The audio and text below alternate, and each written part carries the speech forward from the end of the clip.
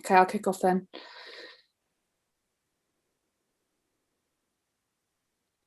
Good evening, everybody, and welcome to the third Recover Your Spark live mental health clinic.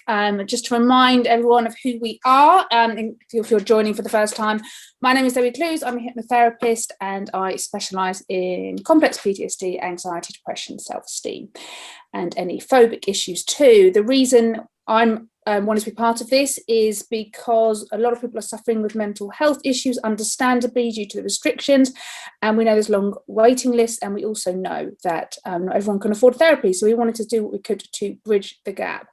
So that's why we're here, answering your live questions, pre-submitted questions, and looking forward to this evening. Over to you, Neil. Hey everybody, I'm Neil Shah. Who am I? That's a big question. I'm not sure I can answer that at the moment. I'm still figuring that one out. I can tell you what I do though. I have been a mental health champion and campaigner for almost 2 decades now. I run an organization called the Stress Management Society, which is an international non-profit organization. I also run a research and consultancy business called International Wellbeing Insights. I've got a really good understanding of the human experience. And the reason I got involved with recovery is I've seen, or very early on in April last year, I could see there was a secondary mental health pandemic that was playing out. And I really wanted to ensure that we were able to take action to do something about it. And I'm really glad that we were able to put these clinics on to be able to provide some direct action and support to people that may be struggling in these challenging times. Thanks, Neil. My name is Felix. I'm a psychologist specializing in anxiety disorders. And same reason as my colleagues, I want to do my bit for what I see is another mental health pandemic on the lines, and jumped at the chance to help and be involved in this. So keep it short and sweet. Yeah. So what's been going on this week? So, you know, like, where are we? What's kind of the general mood, do you think? Well, I think one of the things that's been interesting this week, to be topical, is obviously the Meghan and Harry interview that's gone on, and people have been talking because there is a strong mental health aspect to that. And actually, our first question is about that. So I don't know if you're happy for me to dive in on this question, because I think it relates. I think it's something there's an element of this question that quite a lot of people could relate to. Are you happy for me to go in with that? Well, I think that's a great point to start on, actually, because this is something I've seen playing out. I've not watched the interview. I'm not really one to watch the news. But it has been quite fascinating how in some corners there's been a real denial of the issues around mental health and of suicide. Now, for me, given what's happened in recent times with like Caroline Flack and others that are high profile, it feels like we've learned nothing. And particularly when you've got, you know, organizations that are supposed to be representing people's mental health and well-being, I'm not really coming out and making strong statements about this. It doesn't matter what you believe. If someone is struggling, if someone's having challenges with their mental health, or they're having dark thoughts, our job should be, firstly, to support them, not to question, is this valid? And that's really concerning, particularly when you've seen high-profile members of the press that really challenge that. So I think it is something that we should talk about, because what I don't want is people to be observing this story playing out and feeling that it's not okay for them to express how they're feeling, or not to put their hand up and ask for help or support. Yeah, I agree. And I think, you know, one of the things we've got to think, you know, either we're all victims of poor mental health at some point, or none of us are allowed to feel bad about mental health, because you can't just be selective about mental health and say, if someone's privileged, they've got money, or they've got wealth, if they're looked after. You can only suffer mental health issues if you don't have any of those things around you. And it's ridiculous, because all sorts of high profile people, you know, all the time suffer from mental health issues. And we've got to be allowed for everybody to be able to speak their truth and talk about it. And actually, I think it was a brave thing that she did. I'm going to just quickly lead to this question, because it's exactly about this, and it covers it really well.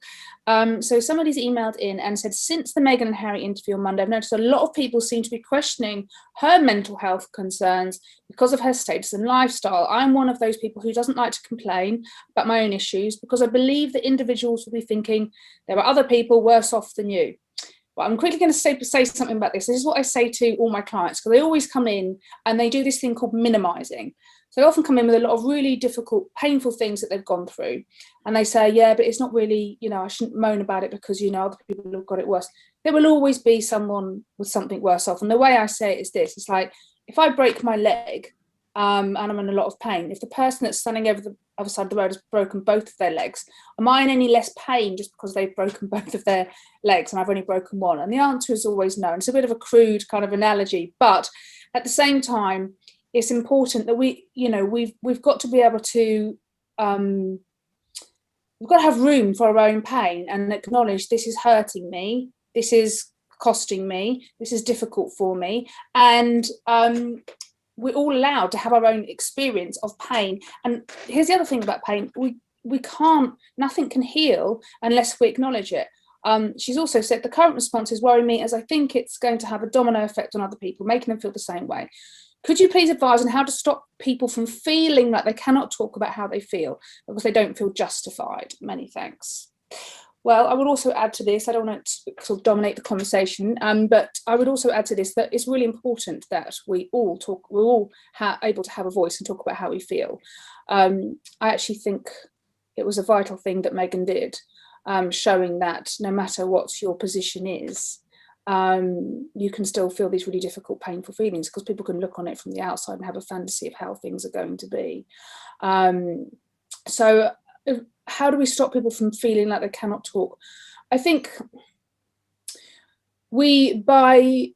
when we talk about how we feel and are honest about what we've gone through, and we're able to do that from a place of having already done that with people that are safe, such as a therapist or safe friends or safe people, when we're able to talk about how we feel, then it gives other people the permission to talk about how they feel as well. Well, just like when we have to give ourselves the permission to be ourselves, it gives other people the permission to be themselves as well. There has been a greater conversation around mental health. I really don't like the shaming and the, oh, she's not really suicidal stuff that's gone on that I've seen. I found it really difficult. It's not up to us to decide whether someone's suicidal or not. I did like how Mind came out and spoke out in defense of Megan.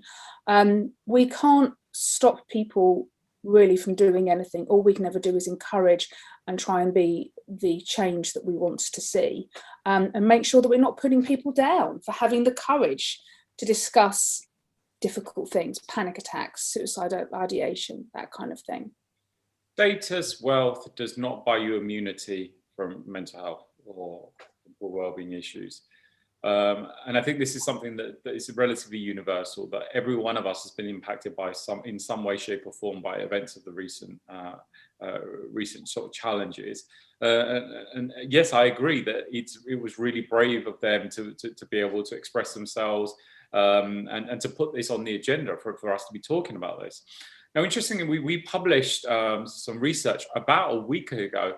In fact, Jordan, the brains in the background, could we flash this up? Because I think this is going to be really important, because often we feel really alone and isolated when when we're having these kind of experiences. So what you're seeing there on screen in front of you is essentially what we've just shared. If I can get it up, there we go. It was a bit of research we did. It was about 2,000 adult Brits, which was kind of a representative sort of poll of society to look at sort of how people are feeling. So there's a lot of people that are kind of really struggling and they feel like they're all alone. So just if you are sitting there feeling like, oh my God, I'm really struggling, I'm really not coping, and you feel like you're all alone with this, I want you to know you're not. More than half, 53% of people feel more anxious than before this all started. 65% of people are feeling more stressed than usual. 43% are feeling depressed. And what are some of the causes? We're missing our friends and family. We're concerned about when things are going to go back to normal. 37% felt anxious about the changing rules around the lockdown circumstances. There's a lot of people that fear about what the future looks like when this is all over. People have got money worries. So this is really challenging. So essentially, if we kind of distill this down into kind of the core factors, is people feeling a lack of connection, meaningful connection, the loss of certainty, loss of control, and loss of power. We feel powerless. We feel like we're victims to our circumstance.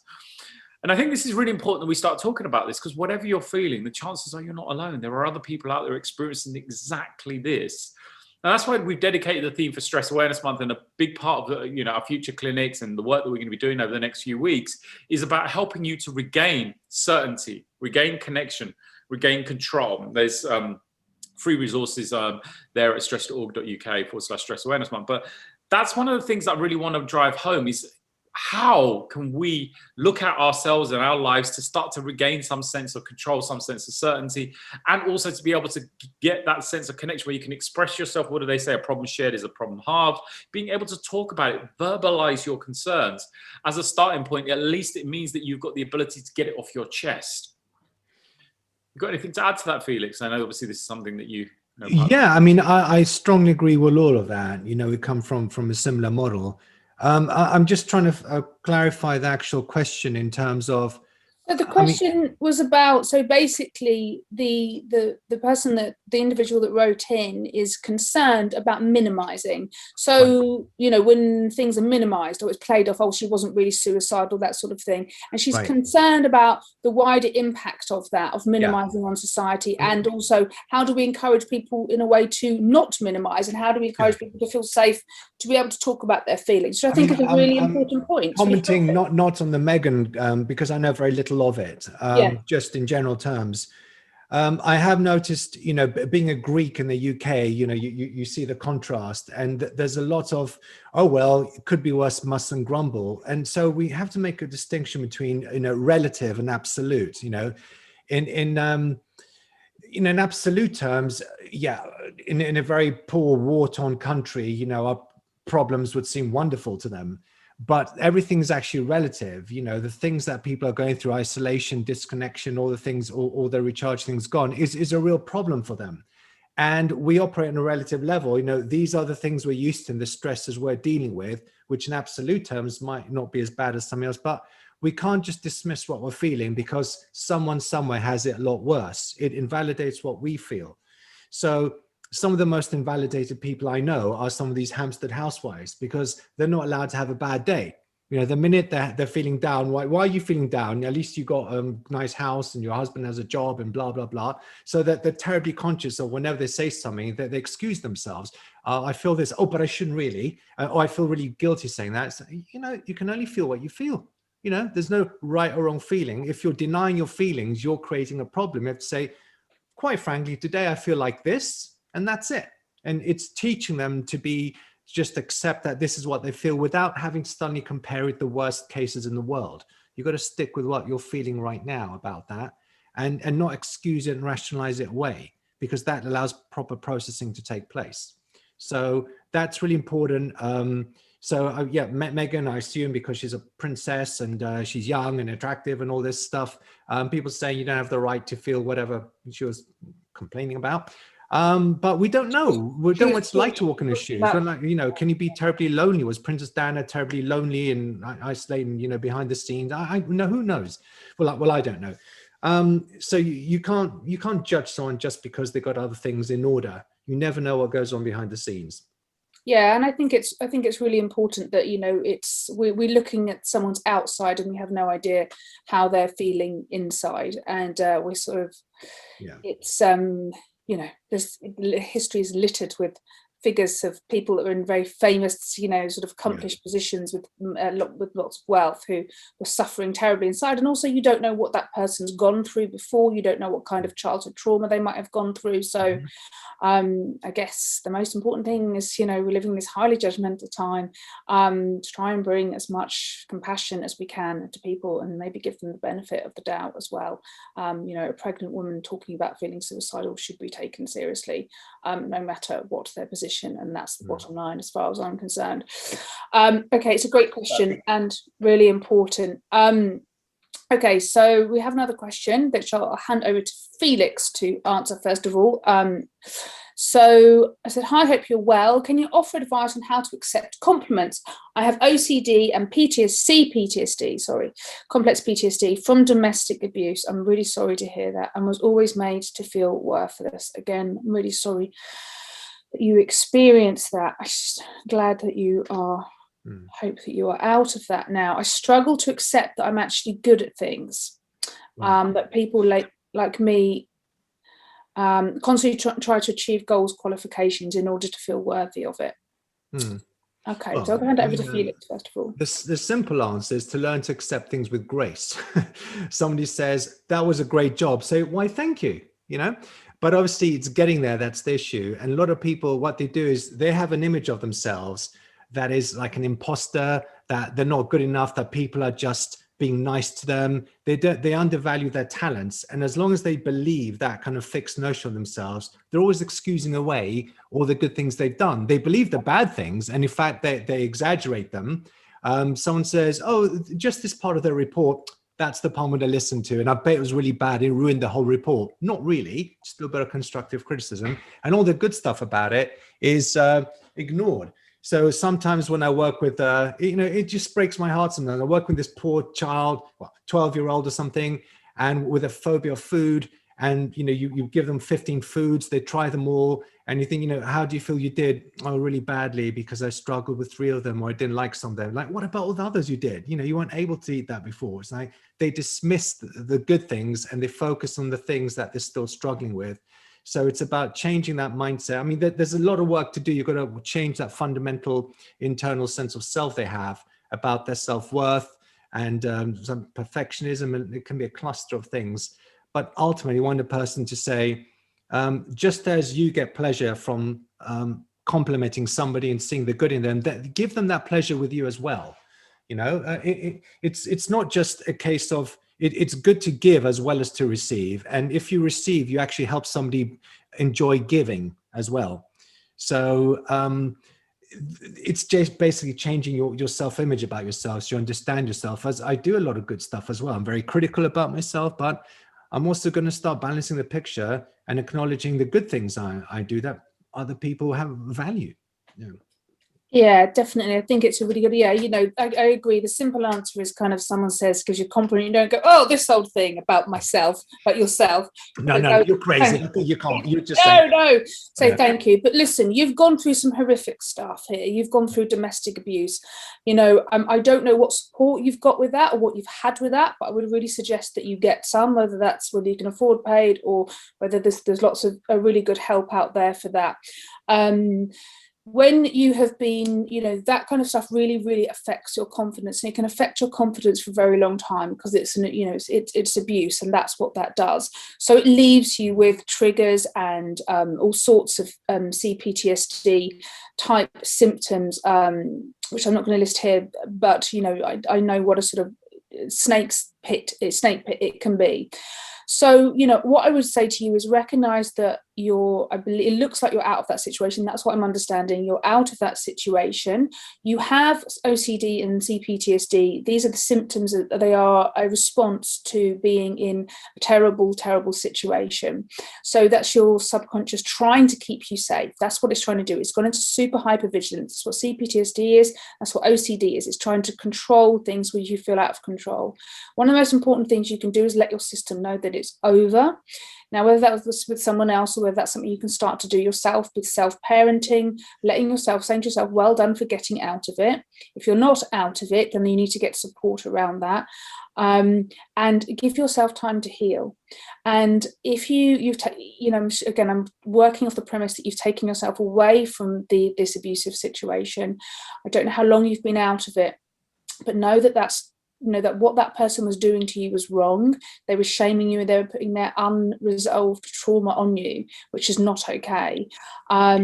So you need to just give yourself time to build yourself up, surround yourself with safe people, surround yourself with people that are online at the moment, obviously, that you trust, that can give you positive feedback, and build up accepting compliments. So rather than when someone says to you, oh, you look nice today, or you did that really well, rather than go, no, just practice going, okay, thank you. Even if it feels fake, it's a bit fake it till you make it in the beginning. You don't have to constantly achieve goals, qualifications in order to prove your worth. There's no such thing as a worthless human being. You are already worthy. It's just that you got into a situation where somebody interrupted that. So it's about trying to remember you're already worthy, and it's just that someone gave you almost false negative hypnosis, and you are healing from that. And take your time to recover and surround yourself with good things and good people and safe things and safe people. That would be my advice. Yeah, I would definitely add to that. Your subconscious mind cannot differentiate between what is real and what is perceived. Whatever you tell yourself becomes the truth. Thoughts become things. Your thoughts will direct your actions. And it's interesting because, I kind of half joked about that at the beginning, the classic, who are you? Many of us define ourselves by our story or what we do. Who are you results in, well, I work in this, I do that, I'm part of this, I have a family, I have children, or whatever. Or our story, a sum total of the results of our life experience. You are neither of those. There are aspects of yourself, but beneath all of that is who you actually are. And sometimes when we have strong experiences or traumas, we lose that sense of who we are, our true identity. Now, this is an exercise it's not an easy one, but it's something I'd encourage everyone to look at. If you kind of look up the Japanese concept of ikigai, which quite literally translates to the reason for being. What is your reason for being? Who are you at your core? What are your beliefs? What are your values? What do you stand for? And when you can identify with that, when somebody offers you something in the way of gratitude or a compliment, or something negative like a cutting remark, if you know who you are and what they say resonates with that's something that may not get the same reaction if somebody says something nice, but you don't see that. You can't accept love if you don't love yourself. And there's really a powerful Hawaiian prayer, the Ho'oponopono prayer. There's actually a bunch of us that are practicing this at the moment. It's a really simple thing, but actually to build that relationship with yourself. There's like 4 phrases to say to yourself every single day, to look into the mirror and to tell yourself, I forgive you, I'm sorry. Because ultimately, we are harder on ourselves than we are on anyone else. Many of us talk to ourselves in the way that we wouldn't dream of talking to someone else. So, if someone's saying something nice to you, but you're constantly saying to yourself, you're an idiot, you're worthless, you're pathetic, that compliment is going to be completely incongruent with your internal experience. So by changing the internal experience, when you get that external feedback, it may resonate with whatever you're telling yourself inside if you start to change the internal dialogue. So the 4 steps to this process is really simple. I'm sorry, please forgive me. And you're apologizing to yourself for the way that you treated yourself in the past. You're forgiving yourself for the times you may have hurt yourself. So I'm sorry, please forgive me. I thank you, I love you. I'm sorry, please forgive me, I thank you, I love you. Just repeating that for 8 minutes in the mirror, making eye contact with yourself, and really just start to create a new story about yourself. And an identity that's connected with the truth of who you are, not the stories that have been layered on by life experiences, by relationships, by family members, by culture, by society. And it's only then, when you're in that place of authenticity with yourself, that you'll be able to accept and resonate with the positive feedback you get, and potentially be able to reject the things that don't serve you. Lovely. And allow yourself time for that to happen. It's a journey and it's a process, and you will get there. If you keep working every day, when someone gives you a compliment and you say thank you and you just let it in, so it's good. You'll get there. I always want to say that to everybody. If you just keep hacking away at it, it can feel a bit fruitless sometimes and futile, but if you keep going, you will get there. Okay, so we've got a question here from somebody saying, I've noticed that I'm slowly getting more and more anxious about everything day by day. Yeah, it's a bit of a builder anxiety, isn't it? I'm not working at the moment because of regulations in hospitality, and my days are spent constantly procrastinating. Yeah, this is really easy to do. So I talked in previous Mental Health Connects about the 4 sort of physiological stress responses: fight, flight, freeze, and fawn. And anxiety is the flight stuff. So procrastinating comes under that umbrella.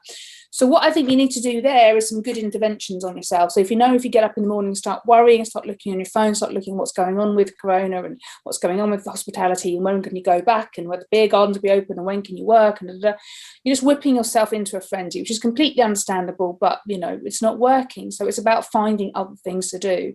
So in this instances, you need soothing activities. So things to calm yourself down. Everyone's got their own take on what personal care is, but anything that makes you feel better, that doesn't give you a destructive hangover, emotional, financial, or physical the next day. So what else can you do? What did you do before you were working for pleasure that you can possibly do now, and think about bringing that in. And you also need up-regulating activities, so get yourself out as much as possible. It sounds, when we're anxious, we're in our heads and we're just going round and round and round and round. We need to do an intervention ourselves and get out of our heads and into our body. So get yourself out as much as possible. You just need to also be as kind to yourself as you can. Know that it's not something you're in control of at the moment. At some point you will be going back to work. It's really difficult with hospitality because it's one of the toughest. It's tricky because of all the different restrictions and regulations, and it's ever changing. So I can understand your pain, but it's about trusting yourself to find ways through this, and it sounds like you really need to give your head a break as well. So from whatever it is that you're consuming, we are what we consume, not just what we eat, everything we consume. So it sounds like you need to give yourself a break and do some good little interventions on yourself and support yourself and be kind to yourself, because you know what anxiety responds to? Compassion. We're judgmental about it. Oh my God, I'm really bad. I'm procrastinating, beating ourselves up. It makes us more anxious. So we need to do an intervention on that as well. I'm all for a little self-intervention. So be kind to yourself. I'm nervous right now, understandably, because of the current climate and because I don't know what's going on with work. I'm finding it really hard to support myself. So what can I do to make myself feel good and try and change the record? That can be a really helpful thing. Either of you guys want to add anything to that one? Yeah, it's just, I think, the anxiety often comes from the things that we can't control. We're anxious about something that hasn't happened yet or things that have happened in the past. So again, bringing yourself back to the reality of this moment, the power of now, is a really key part of this process. There is so much we can't control in the world at the moment. The one thing you can control, the one thing you've got ultimate power over, is how you choose to react and respond.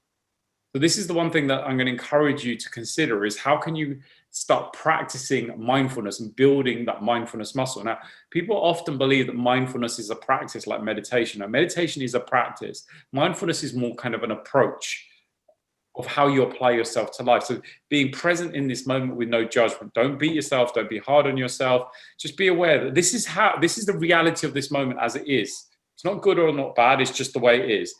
And this is where I have the power to control how I choose to react to my external circumstances. And I think, there will be a point where things will start to open up and you'll have the opportunity to start re-engaging with aspects of your life. But right now, how can you build that aspect to yourself that is a little bit more resilient and has the capacity to cope with the unknown and the uncertainty that the world is bringing to us at the moment, and kind of reclaim your power to choose how you are going to react and respond to that. All good points. I'd say the human brain is happiest when it's busy, when it's productive. Some of the best days I've had, I felt I've achieved something, I've done something. So always look to how can I do something? It doesn't always have to be paid, if options are limited. I'm sure you could put an advert saying anyone wants some odd jobs, any gardening, moving work or something like that, make some money on the side. But sitting at home on your own, stewing about things is just the worst thing you can do. You have to be actively engaged in something. Our brains are designed to solve problems. If you don't give them problems to solve, they'll go spare. They'll go sort of, stir crazy. You have to give them something to do. So think about things, reorganizing, painting somebody's wall. It could be anything, as long as, my job is to keep my brain busy and active. As you focus on that and you start thinking about, well, what can I do to keep it active? Let's look around. Let's talk on, websites from neighbors. What can I do? What can I offer? And get out of that room, as much as possible. Yeah, it's a good pragmatic answer. I hope that's helpful. Okay, I'm going to pass this one over to Neil. First of all, I'm grieving my mother, whom I was an unpaid carer for 4 years. I'm suffering with my mental health as I went 9 months without medication. Sorry to hear that, as I couldn't afford it. And now on it thanks to someone helping me pay. Oh, that's really kind. I'm so glad. It's so good people in the world, aren't there? But it's slow to work again. We are struggling on one wage with a mortgage. How do I prioritize what I do? I need self-care. I need a job, anxiety at an all-time high, thinking of all these challenges I need to overcome. My confidence is low and I feel alone. So I'm going to hand it over to you, Neil, first of all. No, thank you. No, obviously there's a lot of different things wrapped up in that message there. And firstly, my heart genuinely goes out to you. It's a tough time losing a loved one, particularly if you've been the primary carer, because you're there, you're present, and you kind of watch that happening in front of you. And the first thing I'm going to say is give yourself the time and the space to go through the grieving process. Grief is not linear. It's not like I'm going to be upset for a few days and then everything's better. it can be a really painful and uncomfortable journey, and some days are good and some days are not so good. And there are many different phases to the grieving process. Now, I'm going to start with this because there were different facets to your conversation, to your question. You talked about medication. Obviously, at this stage, we don't know what you're being medicated for. I'm hoping that you are also under the care of a professional, because particularly if it's medication with regards to a mental health illness, it's really important that you are being regularly seen by a professional to make sure that the medication is supporting you and that there is a pathway to recovery as well, not just medication for the sake of it, particularly given the fact you've got a backdrop of challenging life circumstances as well. So please do ensure that if you haven't been given regular appointments, that you keep asking until you do. We do live in a world where you have to lobby for that. So keep pushing and keep contacting your GP or keep contacting whoever your primary care professional is and saying, when is my next appointment? And do not walk out of your appointment without getting the next one booked in, because otherwise you're just on medication to placate you and not necessarily to heal you. Obviously, we want you to be in a place where the medication serves its purpose and you are at some point healed from whatever it is that you're currently afflicted with. Going back to kind of the loss of your mother, it's a challenging time, and our natural reaction is, I've got all these other circumstances in my life. You talked about kind of financial challenges and all the other things that you've expressed, is I need to suppress that, I need to bury that, I can't deal with this, so I'm just going to try and get on with life. Now, that for me is short-term pain with long-term gain. Is you might bury that in the moment, but that's going to keep coming back and biting you on the bum. So it's really important that you give yourself the time to go through that process. And if it means for the moment you are upset and you might fall to pieces, you might just be really tearful and really emotional or really angry or upset, that's okay. Allow yourself to experience these emotions. They are valid. They need an outlet. Talk to a friend, talk to a professional if you can get access to a professional, like a listening ear. If it feels really challenging, reach out to some of the professional services like Samaritan, and there are various other services that are available. If you check out our website, which is recoveryourspark.com, there's loads of resources on there as well of people you can contact. But don't suffer in silence. Don't try and bury and suppress this. I think that's the worst that you can do. Now, just bear in mind that there are many different phases of grief that you'll go through. It may start with denial, where you're refusing to believe that this has happened. You may then get into like trying to bargain and find but what about this? What if I do that? Or, you can't bargain with the loss of a loved one, but you may go into that phase. You may get really depressed and really down. You may at times feel really angry. But at some point, you'll arrive at acceptance, where you kind of accept this happen, you make peace with it. And you may even finally get to what I would describe as kind of my bonus stage of the grief process, which is of gratitude, where as much as it's tragic to lose a loved one, you may find a place where you become grateful for everything this experience has given you. You may be able to grow and kind of change your relationship with your mother, who you've tragically lost, but still be able to have her in your life in some way, form, or fashion. So like I said, just give yourself the space and the validity to express whatever emotions come up. Seek out the support that you need at this time from whatever sources are available, but also from your health condition. Again, we don't know enough about your health condition to be able to talk about that directly. And obviously what we're doing here is not to replace any kind of professional or medical help, but it's just to advise you and just to ensure you get the support you need. And as I said, I'm going to say it again, because it's really important. If you're not getting your regular appointments, please keep asking till you do. Yeah, I would. I think sometimes in life you have to kick up a real fuss in order to, especially when it comes to, because at the moment I think it's so overwhelmed. So, I really second that with Neil. Kick up a fuss and make sure that you're getting that proper care as much as you can. It's important for you to fight for your right to the light, and your well-being and your health. What I hear in that question is a lot of pressure and a lot of priority, and I don't know where to start, but also a lot of judgments. I need self-care, I need a job. It's like, start with, if you can, there's a lot of pressure there, but start with being kind to yourself, and start with, just doing the best you can with your self-care. It's get your self-care as well as you can. That'll do. You're grieving your mother. you had a gap in your medication, you've got financial worries. It's all really big and difficult and overwhelming. So as much as you can, slow down. And the thing is, it sounds like you're probably in that flight response, which is like, I've got to get everything sorted out today, and you don't. Everything's a process. Start with your self-care. Start small, start simple, slowly look for a job, slowly self-care, let yourself process the grief. Do make a fuss about making sure that you've got the right support. I'd also look at, there's a lot of really good free bereavement services that I'll have to look into a bit more for you. I don't know them off the top of my head, but I do know that you can get good bereavement support, and that won't cost anything. I will look into that further for you. Just DM me on Twitter, and I'll get back to you on that. And I would say, you know, just slowly allow yourself to come back together and take the pressure off. I know it's really hard when there's money stuff going on as well, but take the voice in your head pressure off. If you slow things down, the anxiety will come down. I'm not surprised your confidence is low and that you feel alone. And I think you know, that's going on for a lot of people. They haven't even got half of what you've got going on there, because of the situation that we're in. So, you know, it's ultra challenging. So ultra challenging requires ultra self-care and kindness. And the really important point about self-care is some people can get into this thing of like, oh, I've got to be good at self-care. And it's like, you just got to be a bit kind to yourself, that's all, and then we get better at it. Most of us, we never talk to self-care for self-care. The term's only been around the last couple of years, as far as I can tell. You know, just go really, really gentle. And I don't know if you want to add anything to that, Felix. I just want to add the bereavement support services, CRUSE, CRUSE. Right. Thank you. You can find them online. It's a free bereavement counselling service.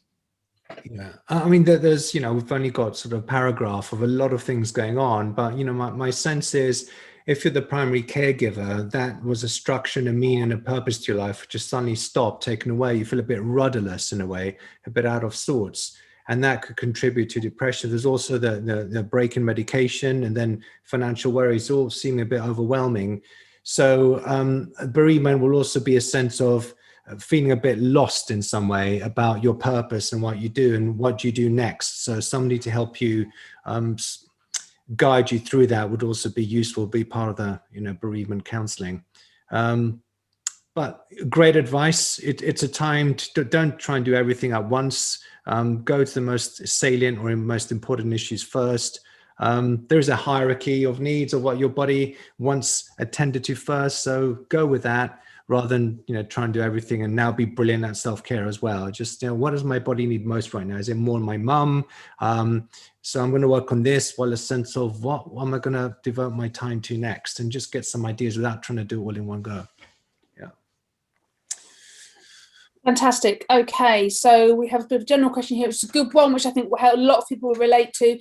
Could I have some good tips to help manage day-to-day general anxiety right now? Overthinking, worrying, repeating thought processes, the old circular thinking, staying present and being less in fear mode. So I'm going to put it to either of you guys to go with that one right now. You want to go, Felix? Yeah, okay. So this is, you know, that there are lots of themes that we keep repeating over and over again. It's anxiety is either driven by some kind of trauma or some kind of worry of future harm. So in the meantime, my brain is going, okay, even though I'm sort of okay now, I'm worried about tomorrow. And then when tomorrow comes, well, tomorrow is okay, but I'm worried about the day after. Well, that's okay too, but I'm worried about the day after. So, for example, when I work with a person with claustrophobia, fear of being trapped in, for example, they need to do an MRI, they're in this tube. I'm saying, could you go in this tube for 3 seconds? And they go, oh, yeah, I'm fine with 3 seconds, but I'm worried how I'll feel in 5 minutes. Yeah, but right now, can you handle it? And can you handle this second? Oh, yes, I can. It's a second. And can you handle this second? Well, yes, I can. But I'm worried, can you handle this second? They're always trying to jump the future and worry about the future problem where they're not coping with it. The reality is they're coping with it right now. So stay in this, you know, rein in that attention back to one day at a time. You know, we say often therapy, just take one day, sometimes take 1 hour at a time with people, and stop jumping the future, trying to speculate on what problems might be there that you feel powerless to solve in the now. That hasn't even happened yet. When you get to that point, you'll cross that bridge when you get to it. So stay present in dealing with the things you need to deal with now. would be a way of reining in that attention. And yeah, I'm going to just keep it brief and say just one thing, just reining it, focus in the moment, because that's going to help with the second thing you said, but I didn't get time to write them all down. I think you said staying present. Well, that would do it. Being present and being less in fear mode. Well, yeah, the fear mode is worrying about, I'm safe, but I'm worried I won't be safe tomorrow. So all of these things are kind of linked. You come back to, I am safe right now. I'm coping with this stuff. Is it easy? It's not easy for anyone, but I'm actually coping with what I need to cope with today. And tomorrow I'll do the same thing. I will cope with the same thing tomorrow and the day after and the day after that. Yeah. Yeah, it's essentially something we've spoken about today, and actually in some of the previous clinics, about the art of mindfulness, of being present to the reality of what is happening right here, right now.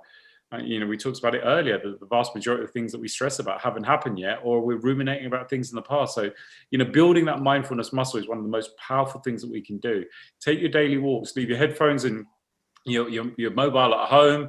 Just be present to the, like today with the wind and the sun, or, later in my walk, it was raining. Just being present to what is happening in the reality of this moment as it is, not as you want it to be. Because that's where a lot of us get unstuck. We have this image of how reality should be. And when it doesn't match up, when we get stressed and we get anxious and we get upset. And I think that's one of the most powerful things that we can do at the moment, is to build that mindfulness muscle.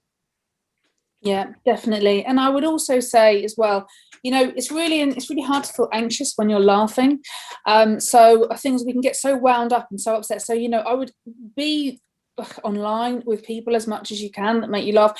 Do as many things as you can to make you laugh. It's the flight response.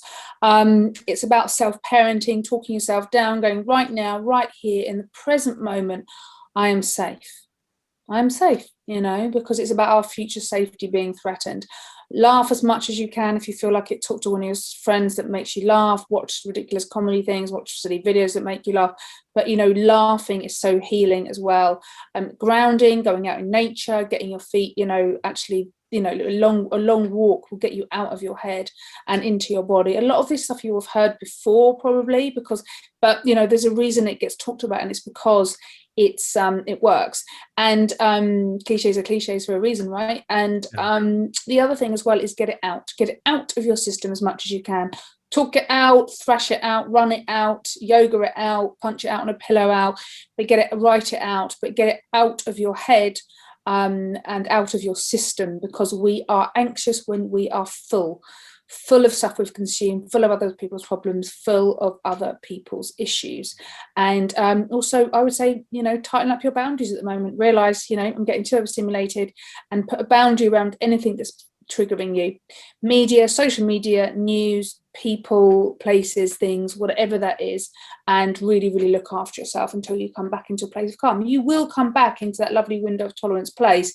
It's just that, you need to do all those things to support yourself to do that. Okay, great. We've got one more question here, and some more live questions, saying, we've got two. I am feeling increasingly isolated from family and friends due to my views on lockdown. I am feeling frustrated with those around me becoming institutionalized and their views being led by fear rather than logic. Conversations tend to leave me angry and frustrated, while they, less able to answer or argue, become more dismissive. I'm feeling more and more disconnected. I'm trying to remedy this with exercise and distractions, which helps some days. I'm not usually an angry, outspoken person. I'm usually very positive and happy, but this situation is pushing me away from people around me. Did I write that question? I think we're all feeling. You can all relate to that one. Yeah. Shall I start with this one? Because believe me, we're all in the same boat, different views. And it's not necessarily that we have different views. We had different views before we even heard of COVID and what have you. It's just the way we respect people's different views that's important. So what I say for you is you're not being acknowledged in how you feel. It's saying, well, I believe this, I feel this way. And everyone's saying you're being crazy. And that's, it's quite difficult. It's quite challenging for everybody to do. I feel like the leper, the outcast in the old days, if your tribe gangs up against you, it was a death sentence. So part of you is worrying about that. So a number of things. One is, I'd find like-minded souls that you can have a decent argument with. Occasionally I find a person I can have a really good discussion with. We respect different views, and it feels wonderful. You know, thank you. I didn't realize that. I didn't appreciate that. You think, I love this person. And that they do exist. Just look for them. Another thing is also give up on trying to change people. You're demanding that people think other than they do. And they're demanding you think other than you do. And this demanding is the problem. Sometimes you have to accept that this person I love thinks in a very different way. And that's hurtful to see them. But we've also got to accept that people have to come to their own realization about what's true, but also come to realization about how to discuss differences as well. And until they do, you know, fighting them is just giving more oxygen to them becoming more intransigent. You know, the direct approach in therapy doesn't work very well.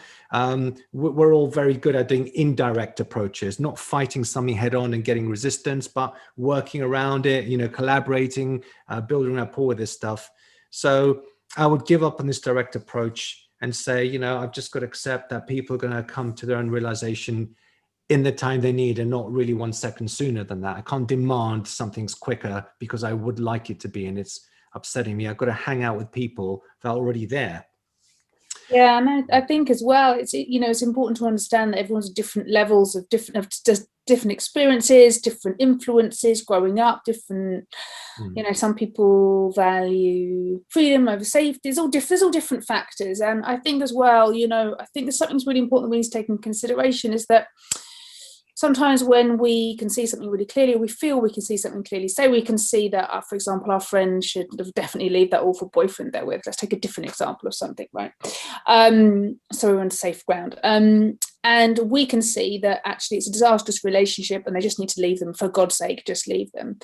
But, you know, what we need to understand in the situation is they have resistance to that, because they have resistance to seeing that they need to leave that relationship because it's going to cause them pain, they're invested, they're in love with them, etc., etc. So sometimes it can be helpful to understand and take into consideration people's resistance to seeing things and having a different view, or not being able to see things in the way that you can see them.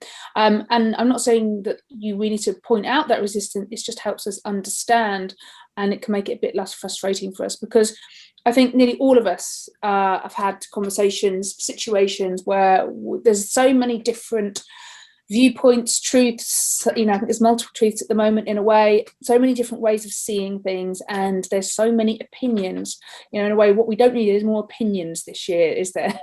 Do we? And I think the other aspect of what you talked about is about finding your tribe.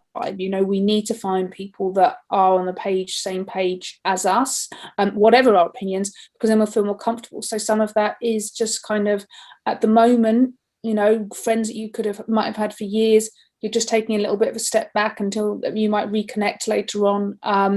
If you're not finding if you find the conversation frustrating, or you're not finding it enjoyable, then you also, it's absolutely within your right to find people that do have conversations on the level that you want to, and that do stimulate you, and that you can enjoy connecting with, and they can be new, you know. And that's just been a big thing for a lot of people, myself included. I would say probably all of us on the call included as well. Amelia and Felix, and that's okay. It's sad, and you know, but it's also okay to allow the new in as well, and realize this is a time of great change and great flux. But yeah, I also really agree with Felix's point that it's good to find people that you can have a healthy debate with when you have very differing opinions. You know, I have that too, and I really appreciate that. And you know, you do learn stuff from either side, definitely, as long as you don't go into some sort of rigid ego battle, which is kind of like the general go-to. You get defensive. You know, if you can both remain adults, then it can be a great conversation. I think it's an important point, because we are all programmed as a result of society, of the media. We're all programmed to think, act, and believe certain things. And sometimes when you kind of really assess the facts and the situation, you may arrive at a slightly different conclusion. And the challenge is, because there's such a strong sense of polarity, when you in any way go against the programming, you can be ostracized for it. This is a journey I've been on for about 8 years, long before the current situation arrived.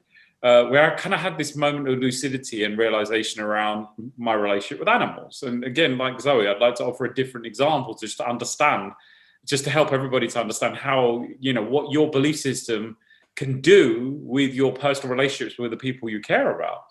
And I kind of arrived at this realization that I had a story I told myself, and we spoke earlier about story versus authenticity, this version of ourselves, which is directly a result of the stories we say, of the experiences that we've had, and there's the truth of who you are.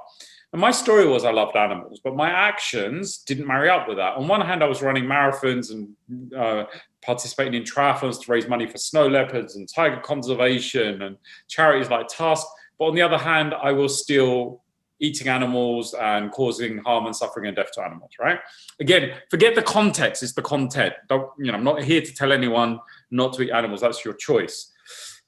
But the point was, when I had to make this realization that my story and my actions didn't marry up and I was out of congruence, it created huge conflicts inside of me. And I had to do one of two things. I had to either change my story to marry up with my actions, or I needed to change my actions to marry up my story. It wasn't about going vegan. It was about ensuring I lived in congruence.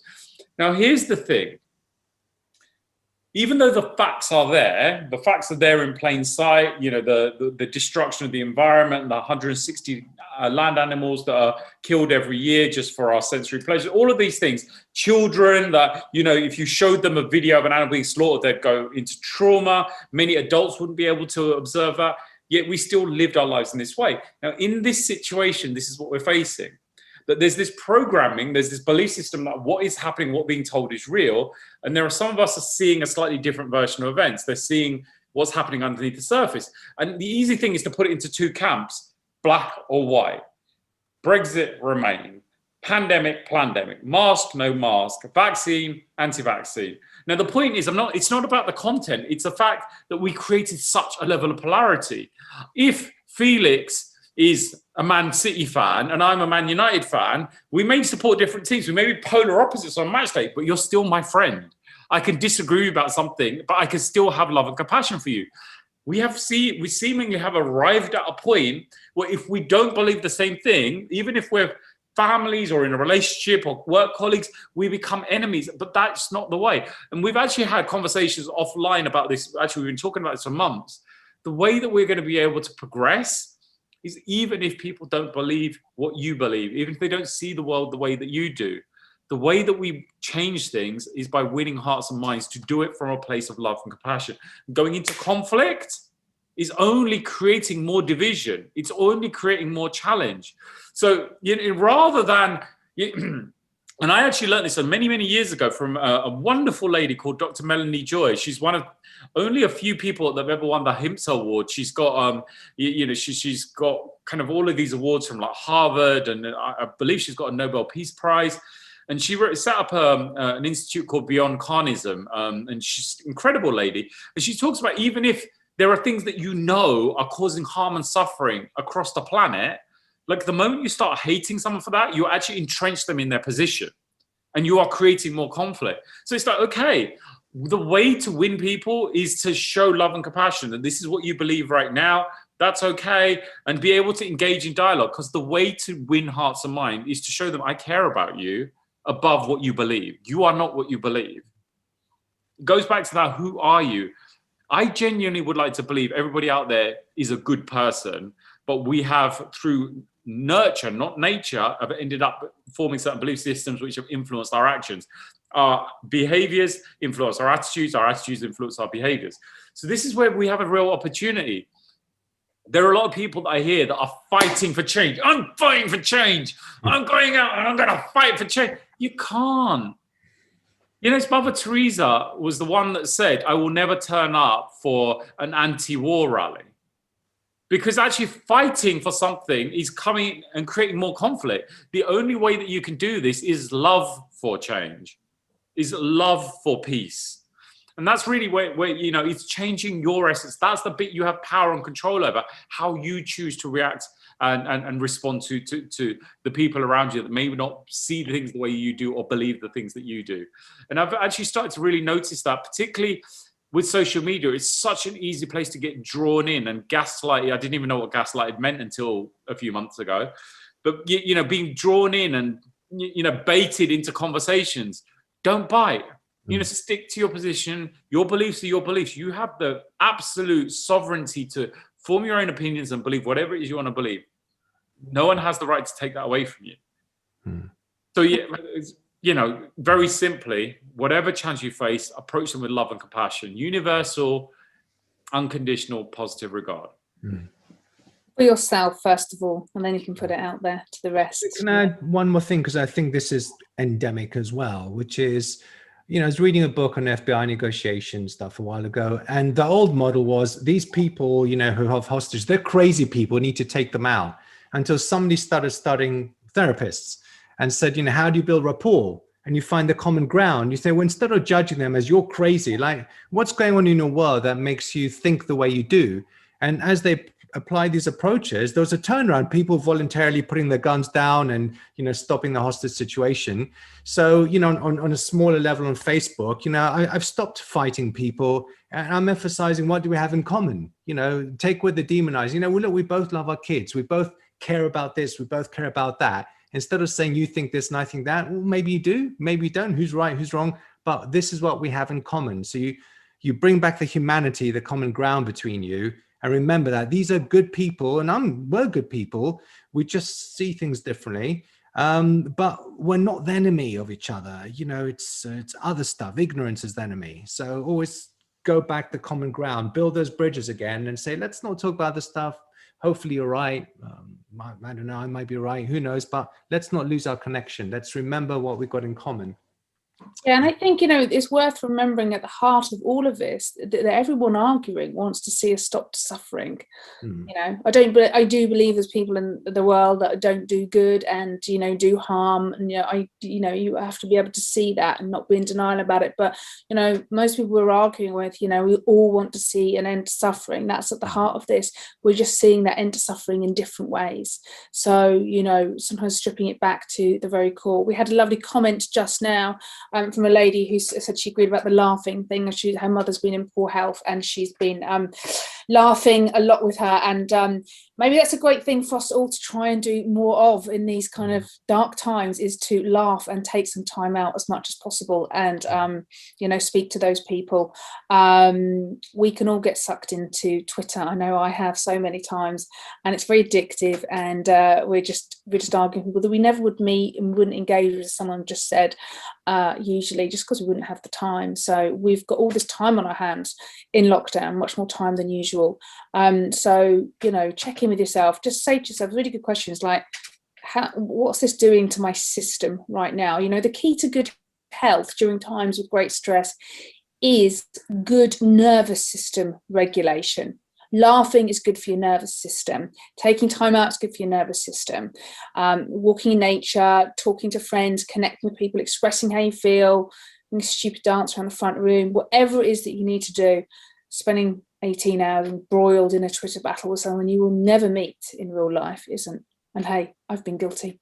So, but we live and learn, right? And take our own medicine. So it's about laughter. One of the funniest things that's happened to me this week is watching some of your YouTube, your social media videos. So if you want a good laugh, check out Zoe's social media. She's hilarious. I know she puts on this very serious face, but there's a proper comic in there somewhere, proper ab fab. Somewhere. Yeah, check out Zoe's social media. Get yourself a girl who can do both. Yeah, I can be serious and funny. But yeah, no, so yes, exactly. You know what? Use it as a time. Me and a really good friend of mine, Sophie, made a really silly video of, celebrating National Sit on a Bench with Another Adult Day. And it was really good fun. We spent far too long in it. And, just be creative and silly. It's really good for the inner child as well. So I think we're coming up to time now. We don't have time for any more questions. We look forward to seeing you next week. Send your questions in now to info@timeforrecovery.org, and we will do our utmost to answer them for you next week. Great to have you all here again. Look after yourselves. Stay steady in the eye of the storm. And Neil and Felix, anything else you want to add? Yeah, I just thought it would be nice for us to kind of leave a parting thought for the week ahead. And I think that for me, you know, the energy's changing, the weather's changing, spring is dawning, you know, the days are getting warmer. There's kind of this releasing effect that we're experiencing. So just look at this as an opportunity to do a little bit of a spring clean on your mental and emotional state, not just your physical environment, but your internal mental and emotional state. Clear out the stuff, the baggage and the crap and the muck you may have accumulated over the winter, particularly as we've been locked up for such long periods of time. And just do a little bit of a mental internal spring clean, so you're kind of ready for what this new spring will bring for us. Yeah, we just got a lovely message. Thank you all so much for your time, knowledge, and compassion. How lovely!